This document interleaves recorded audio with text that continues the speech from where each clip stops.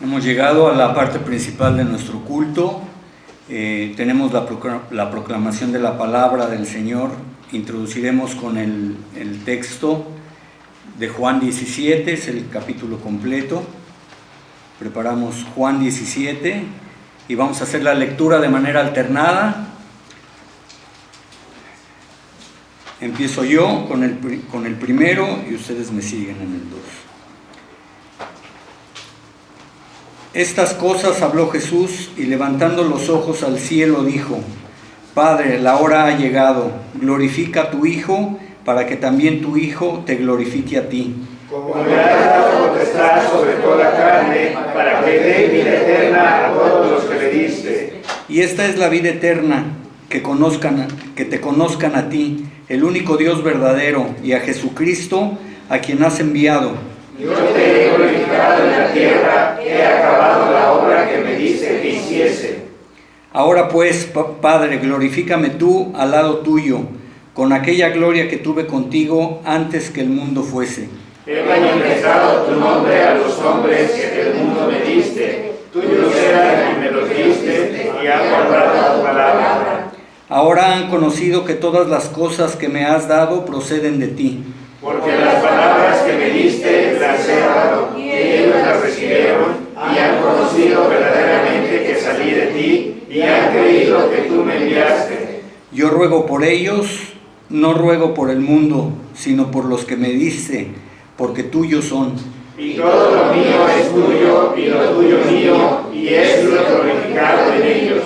Y ya no estoy yo en el mundo, mas estos están en el mundo, y yo voy a ti.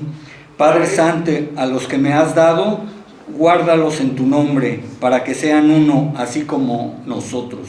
Cuando estaba con ellos en el mundo, yo los guardaba en tu nombre. A los que me diste, yo los guardé, y ninguno de ellos se perdió, sino el hijo de perversión, para que la escritura se cumpliese. Pero ahora voy a ti, y hablo esto en el mundo, para que tenga mi gozo cumplido en sí mismos. Yo les he dado tu palabra, y el mundo los aborreció, porque no son del mundo, como tampoco yo soy del mundo. No ruego que los quites del mundo, sino que los guardes del mal. No son del mundo, como tampoco yo soy del mundo.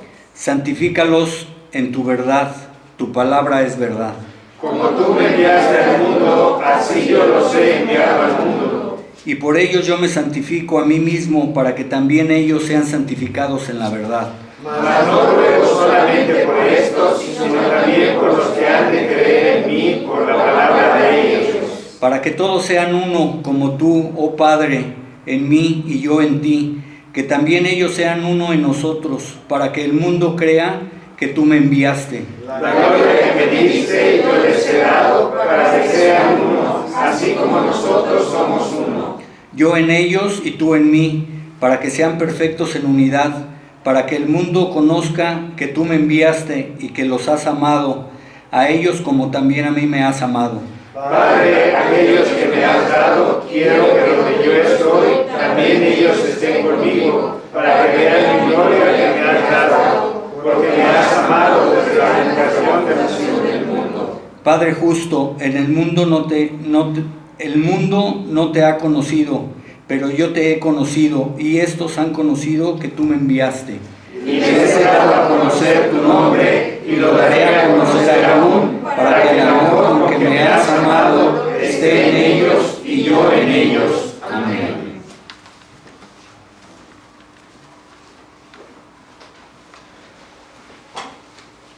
En respuesta a la lectura, cantemos el himno 45. Padre, tu palabra es mi delicia.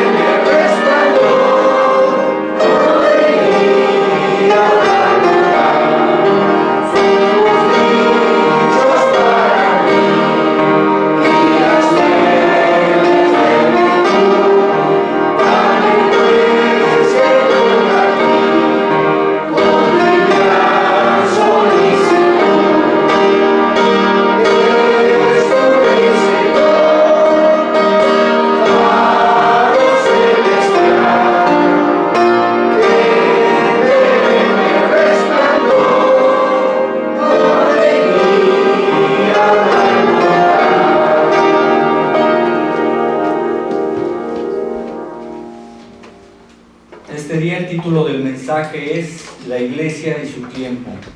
Dejo el lugar a nuestro pastor, estemos prontos para oír y recibamos con mansedumbre la palabra de Dios.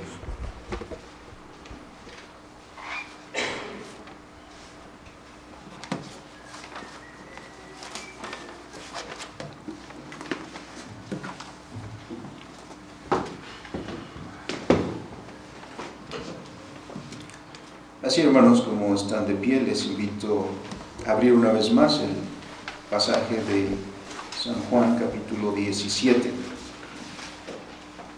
de donde ya hemos leído. Vamos a leer una porción breve de este capítulo 17, y la que encontramos en los versículos 13 al 21. Vamos a hacer esta lectura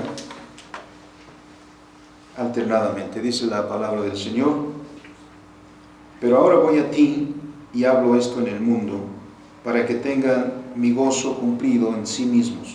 Yo les he dado tu palabra y el mundo los aborreció, porque no son del mundo, como tampoco yo soy del mundo. No ruego que los quites del mundo, sino que los guardes del mal. No son del mundo, como tampoco yo soy del mundo. Santifícalos en tu verdad, tu palabra es verdad. Como tú me enviaste al mundo, así yo los he enviado al mundo. Y por ellos yo me santifico a mí mismo, para que también ellos sean santificados en la verdad. Mas no ruego solamente por estos, sino también por los que han de creer en mí por la palabra de ellos. Para que todos sean uno, como tú, Padre, en mí y yo en ti, que también ellos sean uno en nosotros, para que el mundo crea que tú me enviaste. Amén. Oramos. Bendito y soberano Dios, te damos gracias por esta tu palabra. Y Señor, que ahora, una vez que la hemos leído, también podamos, Señor, entender el mensaje que tú tienes para nosotros, de manera que nuestras vidas sean fructíferas en cuanto a la palabra que escuchamos. Te rogamos, Padre, esta bendición en Cristo nuestro Señor. Amén. Amén. Tomamos nuestros lugares, hermanos.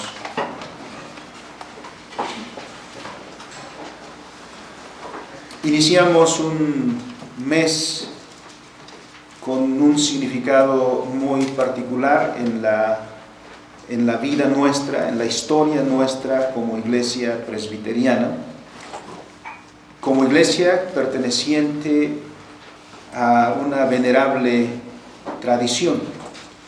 Dicho tradición en el sentido correcto del término, porque de alguna manera todos pertenecemos a una tradición, pero ¿cuál es el fundamento de esa tradición que llamamos nuestra? En el caso de las iglesias presbiterianas, iglesias reformadas, y diríamos incluso todas las iglesias de alguna manera posteriores al siglo XVI, tenemos nuestras raíces en este evento histórico que conocemos como la Reforma religiosa del siglo XVI. Y este mes de octubre es significativo porque conmemoramos en este mes, particularmente el 31 de octubre, el 505 aniversario de la Reforma. Así que espero, hermanos, que todos nosotros estemos enfocados en esta celebración y no estemos ya pensando en qué disfraz vamos a vestir, ¿no? Y a la calaverita para ir a tocar las puertas de las casas. Nosotros, perteneciendo a la historia que pertenecemos, a la tradición que pertenecemos, debemos tener muy claro la celebración que tenemos en este mes. Como he mencionado, es muy significativo para el cristianismo, particularmente para el ala reformada o presbiteriana, porque nuestras raíces están precisamente en ese movimiento conocido como la Reforma del siglo XVI, y más particularmente en el ala calvinista. Pero eso no significa que no apreciemos todo el movimiento de la Reforma como lo hemos venido haciendo por varios años. Como herederos, me dirijo a ustedes, hermanos, por precisamente pertenecer a esta venerable tradición, como herederos de ese movimiento. Como iglesia somos herederos de ese movimiento reformador y nosotros vivimos en el siglo XXI. ¿Qué significa para nosotros en el siglo XXI pertenecer a esa venerable tradición, como le llama el doctor Spino? ¿Qué significa para ustedes, hermanos, llamarse reformados? ¿Qué significado tiene para nosotros y para nuestros hijos en este tiempo llamarnos o identificarnos como presbiterianos en esta tradición reformada? Estoy presuponiendo que por todos los años anteriores, la mayoría de nosotros está familiarizado con ese movimiento del siglo XVI. Presupongo, he dicho, que no desconocen los nombres como Lutero, como Zwinglio, como Farel, como Calvino, como Knox, por mencionar los nombres más recurrentes. Yo supongo que ya los conocen y que si preguntáramos sobre cada uno de ellos, si bien no pudieran articular todo lo que ellos fueron en sus datos biográficos como en su obra reformadora, sí por lo menos hay conocimiento de lo más importante. Supongo, como he dicho, que están familiarizados con la obra que llevaron a cabo estos hombres y otros hombres y mujeres de su siglo que hicieron como cristianos. Si nosotros conocemos lo que ellos hicieron, o mejor debiéramos decir, lo que Dios hizo por medio de ellos, y nos consideramos nosotros sus herederos, que nos preguntemos qué implicaciones tiene para nosotros, como lo he dicho antes también, pertenecer a esta venerable tradición. ¿Qué debemos hacer hoy? ¿Qué demanda pertenecer a esa tradición que debamos hacer el día de hoy? Conocer la historia es importante y debemos seguirla mencionando, como dice el salmista, para que nuestros hijos conozcan lo que Dios hizo en la época de nuestros padres y no se olviden de Jehová nuestro Dios. Pero solo vivir de contar la historia o solo vivir de recordar las viejas hazañas no es lo que debemos hacer. Hacer esto nos da contexto para lo que somos. Porque el conocimiento de la historia es para que conozcamos y comprendamos nuestro presente.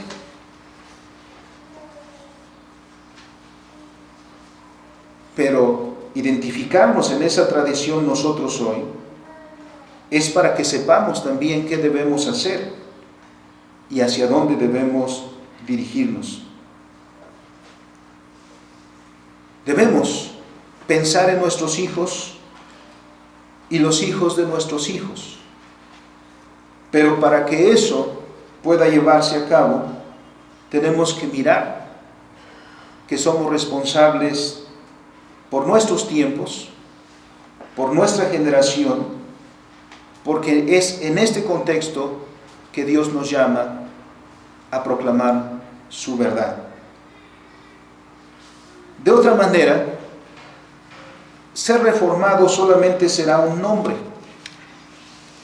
que identifica un grupo de iglesias, una denominación, o también un conjunto de doctrinas.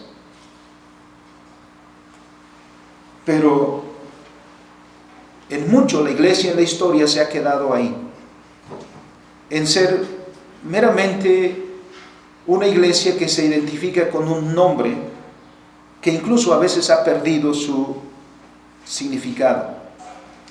Por el otro lado, en una ortodoxia muerta, porque vive solamente repitiendo las mismas doctrinas, pero que no trascienden en su accionar en el presente.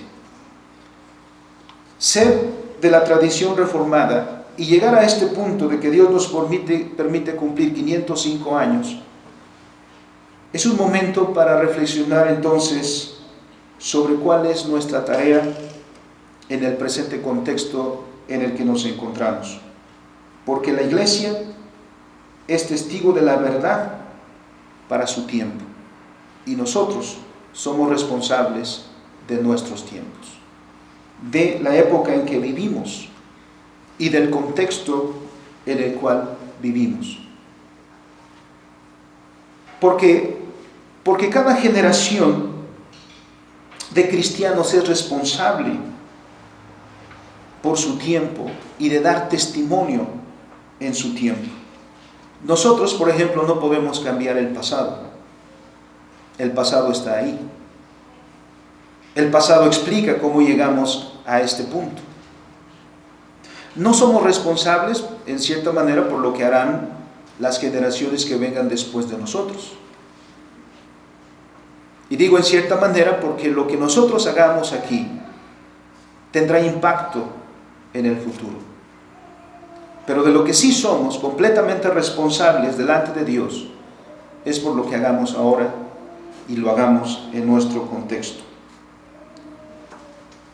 Los hombres que encabezaron la reforma, a los cuales nos remitimos constantemente en una época como esta, encabezaron un movimiento y lo hicieron convencidos de que la reforma era una necesidad, y lo hicieron incluso a costo de sus propias vidas, como aquellos primeros cristianos en los primeros siglos, que por predicar el Evangelio no dudaron en dar su vida, afirmando con eso que aquello que predicaban era verdad. Al igual que en tiempos del rey Josías, como nos dice el libro de los Reyes, el hallazgo de la ley de Dios hizo que comenzara precisamente a considerar mejor su entorno. Y a la luz de las Escrituras, Josías se dio cuenta de todo aquello que no estaba bien.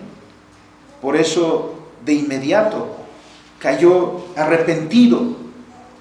De inmediato confesó sus pecados y los pecados de su pueblo. Porque solamente es a la luz de la verdad que se hacen evidentes nuestras faltas delante de Dios. Nosotros debemos ser conscientes de los tiempos en los cuales vivimos, porque de esto daremos cuenta a Dios. No del pasado, no del futuro, sino de este momento en el cual vivimos. Y si nosotros nos identificamos con ese movimiento de la reforma y nos decimos reformados, tenemos una gran responsabilidad entonces, porque ser reformado o ser presbiteriano solo busca ser cristiano de acuerdo a los principios de la palabra de Dios. Ahí es donde nos lleva. Pero una iglesia que puede ser significativa para sus tiempos es solamente una iglesia que sabe lo que la Escritura dice y se apega a lo que la Escritura dice.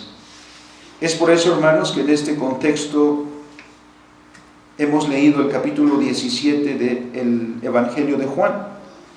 Y particularmente en estos versículos 13 al 21, en donde observaremos algunos principios que la Escritura misma nos da para que nosotros en este tiempo cumplamos nuestra vocación de ser luz y sal y mantenernos en los principios de la Escritura y orar a Dios para que mantenga en el mismo principio a nuestros hijos y que Dios en su fidelidad mantenga, si Él no viene, a los hijos de nuestros hijos en la misma verdad escritural.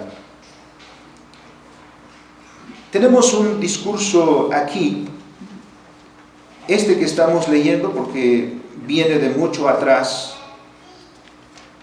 es el discurso más largo que Juan nos hereda del Señor Jesucristo, así como Mateo nos registra el discurso también más íntegro del Sermón del Monte.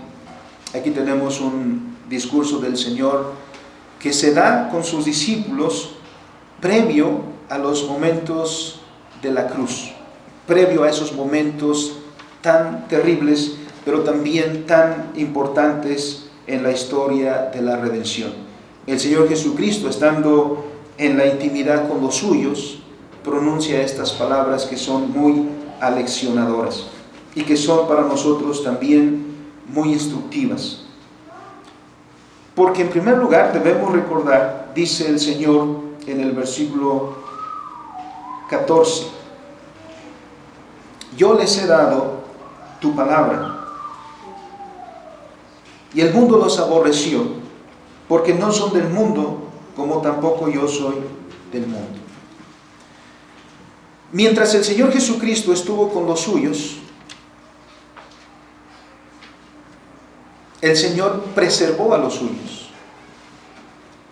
Estaba allí el Maestro para indicar el camino que debían seguir los suyos. Los reprendió en varias ocasiones. Les llamó la atención, les dijo, hombres de poca fe. Al final de las jornadas de cada día, el Señor estaba con los suyos y tenían la oportunidad sus discípulos de preguntar, Señor, ¿qué es lo que quisiste decir con esta o aquella enseñanza, con esta o aquella parábola? Tuvieron toda la oportunidad de ser instruidos. El Señor, en ese momento de ya casi el descanso, tenía la oportunidad de aclarar muchas de las dudas que tenían sus discípulos. Pero el Señor está despidiéndose de los suyos. Ahora, ellos se van a quedar solos. El Señor no va a estar más con ellos. Y ciertamente en versículos anteriores el Señor promete el advenimiento del Espíritu Santo, y eso es una gran bendición, por supuesto.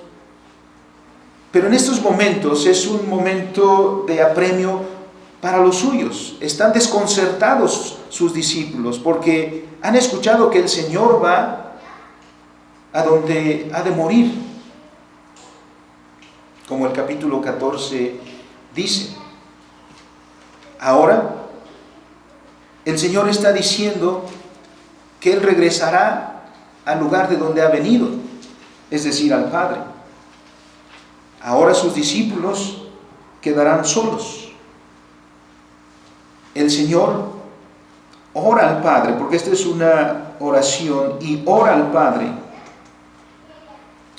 Y lo primero que menciona en este versículo 14, yo les he dado tu palabra, porque la iglesia no tiene otro fundamento que este, la palabra de Dios. El Señor Jesús dice en el versículo 13, pero ahora voy a ti y hablo esto en el mundo para que tengan mi gozo cumplido en sí mismos.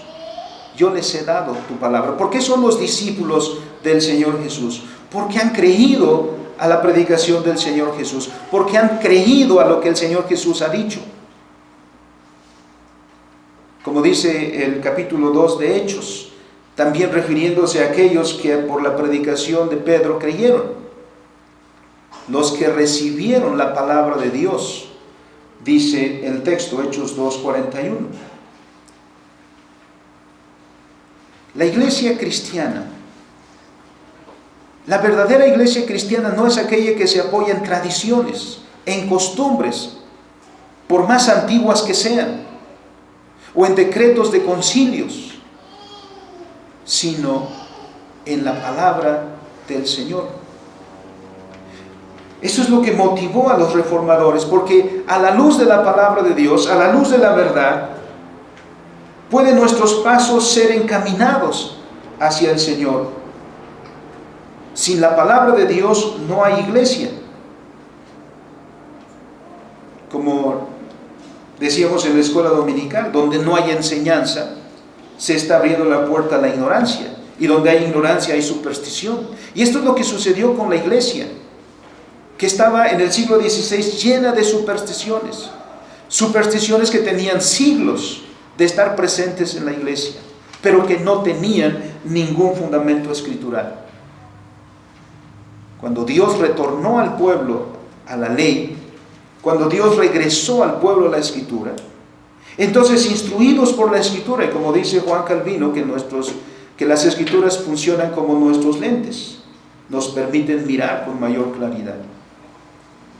Es por eso que la iglesia tiene que tener siempre presente la palabra de Dios, porque ella es la que recibimos, ella es la que es nuestro fundamento, ella es la que es nuestra enseñanza, ella es la que es nuestra dirección.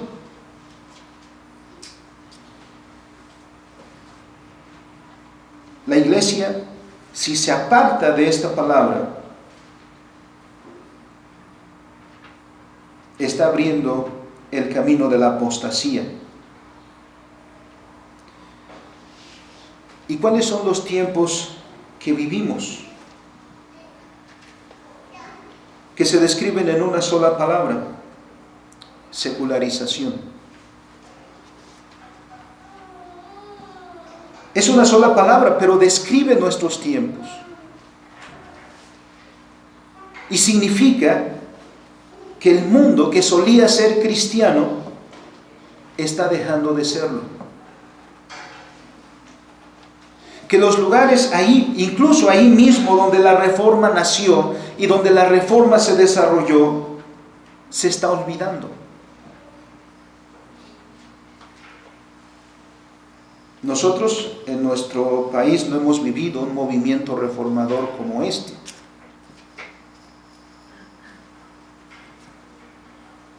Pero también miramos los embates del humanismo. Incluso la iglesia misma, si queremos usar el término tradicional, sufre los embates del humanismo, que el humanismo está cambiando la vida de la iglesia, comenzando por cambiar las doctrinas. Hay muchas iglesias que ya no afirman las doctrinas escriturales. Hay iglesias que se están apartando de los principios de la palabra de Dios y están más conformándose al mundo que les rodea, contraviniendo lo que la Escritura dice.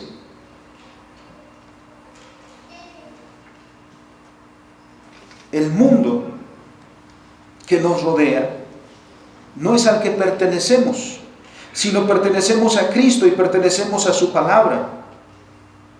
Es la palabra la que nos da identidad, es la palabra la que nos da nuestro fundamento. El Señor Jesucristo en esta oración afirma para nosotros esto: yo les he dado tu palabra. Imaginemos aquella parábola del Señor donde el Señor dio talentos a sus siervos. A su tiempo el Señor llamó a esos siervos para que dieran cuenta de los talentos que habían recibido. Si nosotros pensamos en que hemos recibido como si fuera un talento la palabra de Dios, si somos llamados por el Señor y el Señor nos dice: a ver, da cuenta de lo que recibiste, ¿Qué cuentas daremos al Señor? ¿Hemos guardado la fe? ¿Hemos guardado la verdad? ¿Hemos guardado la doctrina? Porque el apóstol Pablo, precisamente escribiendo a Timoteo, es lo que le dice: la iglesia es columna y baluarte de la verdad. Pero no solamente el Señor nos ha dado su palabra para que la guardemos. Dice el versículo 15: no ruego que los quites del mundo, sino que los guardes del mal. La iglesia ha sido llamada a salir del mundo en un sentido direccional, no estructural. Por ejemplo, ¿dónde vivían los creyentes en Cristo de Éfeso? Pues vivían en Éfeso. ¿Y los creyentes en Cristo de la provincia de Galacia? Pues en Galacia. Es decir, no tuvieron que salir. La predicación del Evangelio no les instaba a los efesios a dejar Éfeso, o a los gálatas dejar Galacia, o a los filipenses dejar Filipos. No.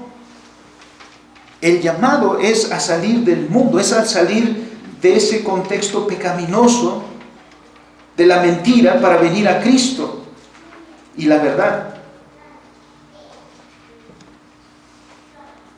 Es en el sentido direccional que el Señor nos llama a salir. Pero en esta oración el Señor dice: no te ruego que los quites del mundo, sino que los guardes del mal. Es decir, que preserve a su iglesia de ser espiritualmente destruida, que libre a su iglesia, que la preserve de las terribles agonías que acompañan a ese mal. La historia misma de la iglesia nos recuerda eso. ¿En qué terribles condiciones espirituales estaba el pueblo en el siglo XVI? Entregado a peregrinaciones, entregado a adorar las reliquias supuestamente de los santos, o supuestamente reliquias, porque hay quienes dicen que si se juntaran todos los clavos que se decían ser con los que había sido clavado Cristo, montones y carretadas se juntarían de clavos, como de astillas, como de espinas, y otras cosas con las cuales tristemente vivía engañado el pueblo de Dios. La iglesia en la Reforma encontró la palabra, pero no fue llamada a salir, sino a mantenerse, como dice el texto, guardando a esa iglesia del mal. El Señor intercede, y podemos decir, por lo tanto, que la iglesia a estas alturas del siglo XXI sigue existiendo, porque el Señor Jesucristo intercede por ella, porque el Señor Jesucristo ruega por esta iglesia delante del Padre. Pero a veces en nuestra instancia en el mundo, nosotros olvidamos este principio, y la iglesia se vuelca para hacerse una con el mundo, faltando a su vocación. Una iglesia que olvida eso no puede ser la luz que dice Mateo capítulo 5. Una iglesia que olvida esto no puede ser la sal de la cual el Señor Jesucristo habla. Porque cuando la iglesia se asemeja al mundo y se hace uno con él, apoyando todos los esfuerzos del humanismo, no puede ser más la iglesia del cual el Señor Jesucristo habla. Por lo tanto, nosotros debemos regresar una y otra vez a las Escrituras, una y otra vez a la verdad, porque si nos alejamos de ella, no podremos ser esa luz y esa sal que el Señor Jesucristo dijo que seríamos para el mundo. Ciertamente algunos han malentendido la fe cristiana y han salido del mundo y se han encerrado en monasterios y se han alejado, han cortado o tratado de cortar todo contacto con el mundo, con la sociedad, con la cultura, en aras de una santidad. Pero como dice el versículo 17, la santidad no se ha de encontrar lejos de la sociedad, ni tampoco siendo uno con el mundo que no conoce a Dios, sino la santidad se ha de encontrar en la palabra de Dios. El versículo 17. La iglesia es purificada o consagrada, eso es lo que quiere decir ser santificada, y lo es en la verdad. La palabra que usa el apóstol aquí en el griego es aletheia, que quiere decir fiel al hecho. La que se traduce como verdad es un sinónimo de realidad. Es un término que indica todo lo contrario a ilusión. Entonces, si el Señor dice, santifícalos en tu verdad, es que en la palabra de Dios encontramos lo verdadero, lo que es real. Ilusorio ha sido todo lo que se ha hecho fuera de la palabra de Dios. Cuando llegamos a la Escritura, encontramos la verdad. Y podemos comenzar a entender la verdad acerca del mundo, la verdad acerca de nosotros mismos, la verdad acerca de cuál es la razón del mal que aqueja a esta humanidad. Aprendemos cuál es la solución a la miseria del ser humano, porque aprendemos de la verdad, en tanto que el hombre ha edificado sobre la ilusión. O de otra manera, eso es lo que se refiere el apóstol Pablo en Romanos capítulo 1, que se envanecieron en sus razonamientos y su corazón fue entenebrecido. Y entonces desarrollan todo lo que hacen basado en esos principios y no en la verdad de Dios. Una ilusión de esa naturaleza es la teoría de la evolución. Una ilusión de esa naturaleza es la confusión de identidad que el ser humano tiene ahora. Porque cuando vamos a las Escrituras y encontramos la verdad, entonces por ello mismo la verdad comienza a transformar nuestra vida. Es por eso que la reforma en el siglo XVI no fue un movimiento eclesiástico, fue un movimiento cultural. Porque las personas no tenemos solamente un apartado en nuestra vida para lo religioso, sino lo religioso es el centro, el motor de toda nuestra vida. Y era inevitable que la reforma que comenzó con la palabra de Dios se tradujera en una reforma de la cultura misma. Porque la palabra de Dios transforma a las personas y las personas transforman su entorno.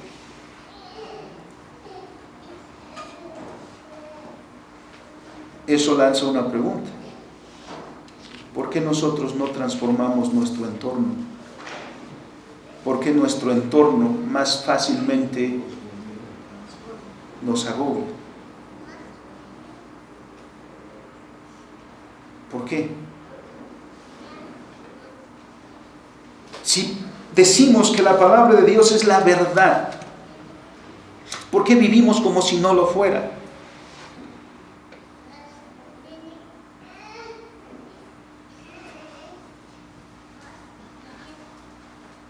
Ese es un principio y esta es una pregunta también que tenemos que hacer. Porque, ¿cómo cambiaron un grupito de hombres en el primer siglo? Cambiaron el mundo. ¿Cómo es que otros grupos de hombres en el siglo XVI cambiaron el mundo? Y la pregunta para nosotros es, ¿por qué el mundo está cambiando al cristianismo?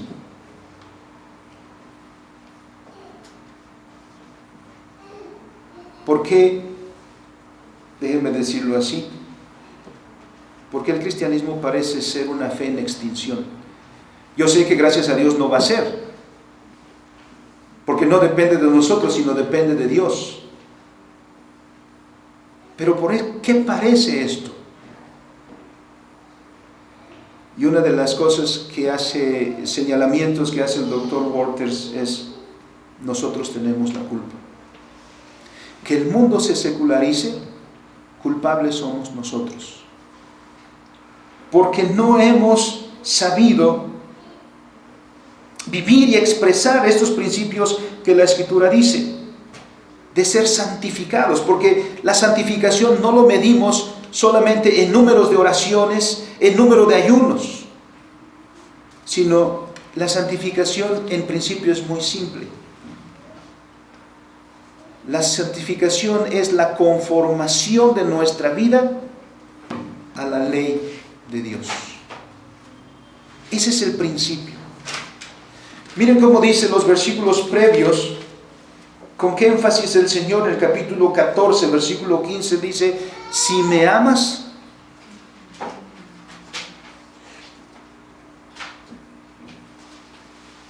¿cómo termina? Guardan mis mandamientos. El Señor te pregunta a ti: ¿me amas? Si respondes sí, entonces el mandato es: guarda mis mandamientos. Versículo 23. El que me ama, ¿qué dice? Mi palabra guardará. En el capítulo 15, versículo 3. Vosotros estáis limpios, pero nadie imagine que aquí hay algo mágico, que simplemente por pronunciar la palabra, algo mágico sucede, quedas limpio. No, sino por la articulación de tu vida en conformidad a la ley de Dios, a los mandamientos de Dios. Yo diría, hermanos, ¿cuánto hace falta en este siglo una iglesia que ame a Cristo y guarde sus mandamientos? Porque pareciera que solo estamos diciendo los mandamientos de labios, pero no conforman nuestra vida. No han sujetado nuestra existencia y no han conformado nuestra vida a estos principios.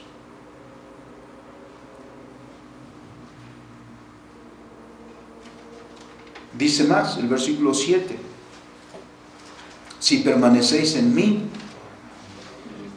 y mis palabras permanecen en vosotros. Pero ¿a cuántos les gusta la segunda parte, pero no esta? ¿No? Miren la condición, porque a muchos les gusta la segunda parte: pedid todo lo que queréis y os será hecho. ¿Cuál es la condición que dice el Señor? Si permanecéis en mí y mis palabras permanecen en vosotros. ¿Cómo quiere una iglesia ser bendecida si hace a un lado los mandamientos de Cristo?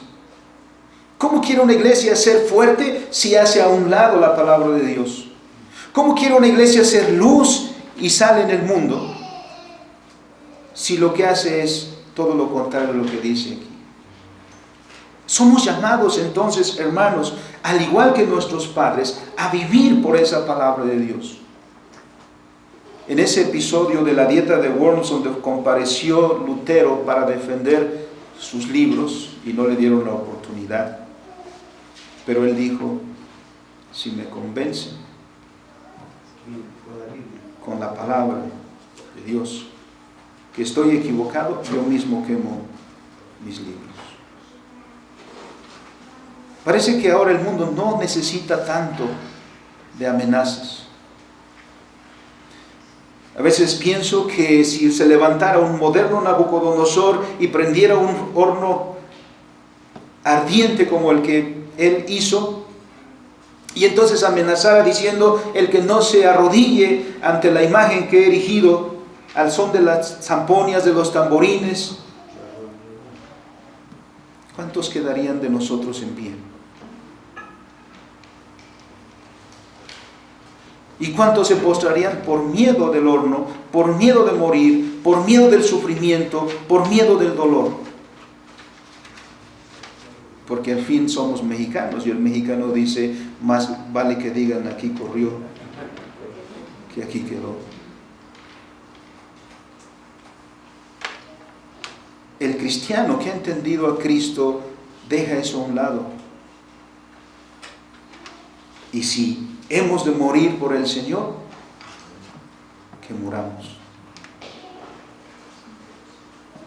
La iglesia debe ser santificada pues en la palabra, conformar su vida a la palabra, porque esa es la iglesia que el Señor envía al mundo, como dice el versículo 18.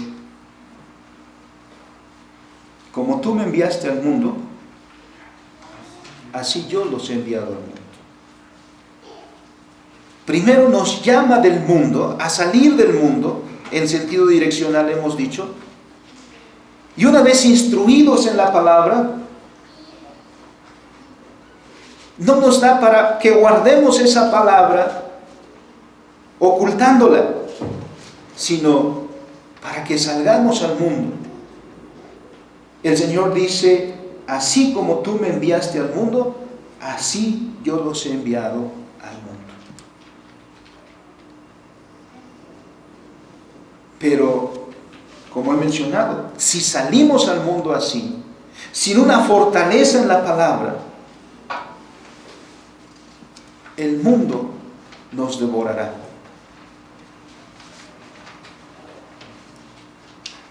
Pero nuestra misión está ahí, en el mundo. El objetivo de nuestro Señor de llamarnos y santificarnos en su palabra es volvernos al mundo para ser luz y sal de la tierra. La reforma, por eso mismo, no fue una reforma solo eclesiástica. Comenzó aquí, porque comienza con la confesión, comienza con las convicciones más profundas de las personas, pero trasciende a todos los ámbitos de la vida de las personas. No debemos conformarnos y sentirnos satisfechos con celebrar el culto hoy, cantar himnos, orar al Señor, traer nuestra ofrenda. No debemos sentirnos ya que cumplimos la misión, si no hemos hecho nada reformando nuestra vida y reformando el entorno en el cual vivimos. No tendríamos entonces nada que celebrar, más que solo el paso del tiempo, 505 años. No tendríamos nada que celebrar si no estamos comprometidos en esa encomienda que el Señor nos da de reformarnos a nosotros mismos para que podamos reformar la comunidad fuera de nosotros. No podemos ser luz de la calle si no comenzamos por ser luz dentro. Meditar, por lo tanto, hermanos, y recordar la historia, la maravillosa historia de la cual somos herederos, no es solamente para quedarnos entonces en el pasado, sino para aprender de aquellos que nos precedieron, sobre todo porque nos indicaron el camino a la palabra.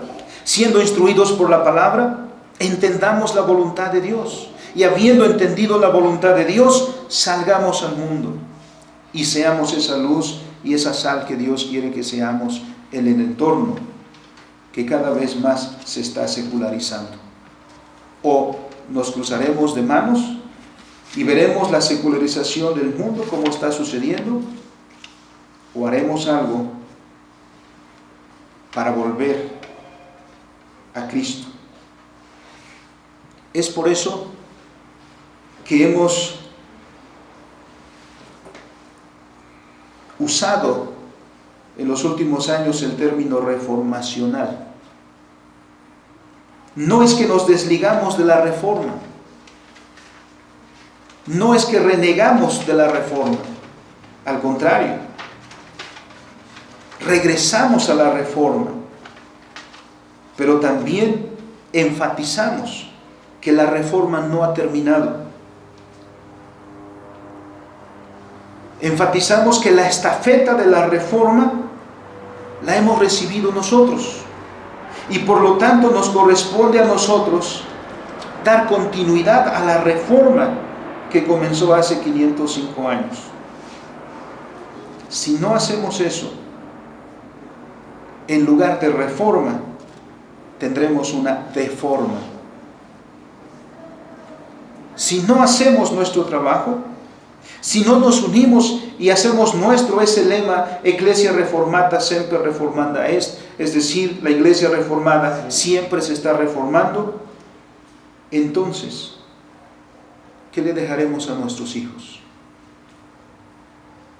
En lugar de una reforma continua, ¿les daremos un lugar de deforma? La reforma comienza con la palabra de Dios como el motor principal para nuestras vidas. Seremos fieles a la tradición reformada solo si vivimos en el mismo espíritu de nuestros padres reformadores.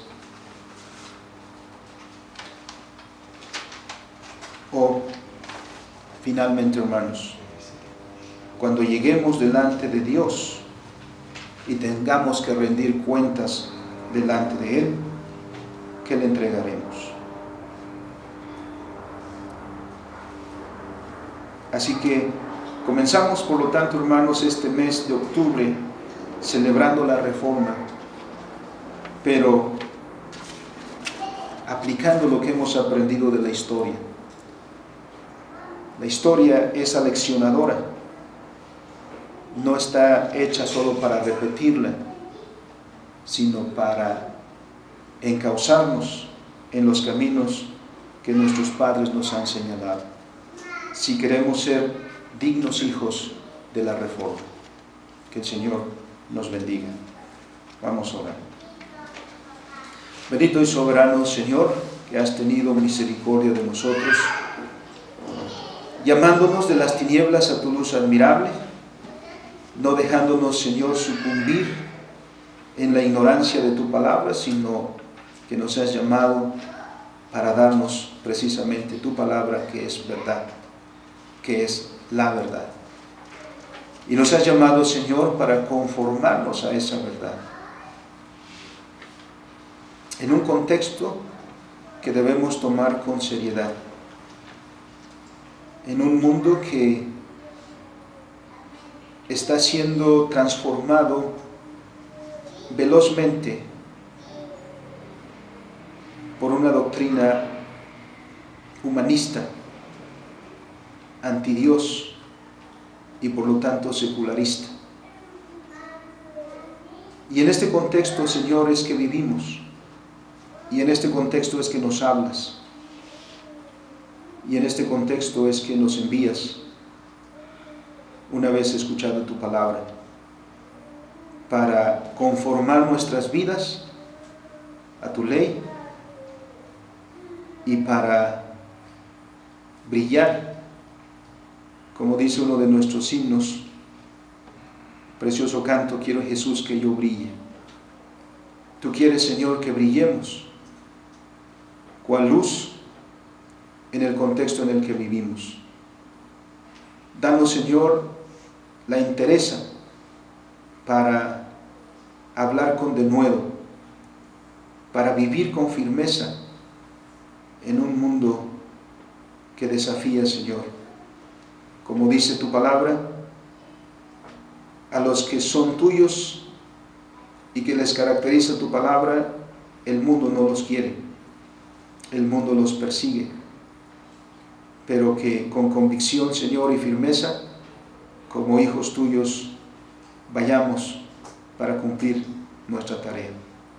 Gracias, bendito Padre, por tu cuidado y tu dirección para los tuyos, que hasta el día de hoy, Señor, aún a pesar de nosotros mismos, por nuestros errores y nuestras faltas, nos mantiene, Señor, como iglesia tuya en pie. En Cristo Jesús. Amén. Amén.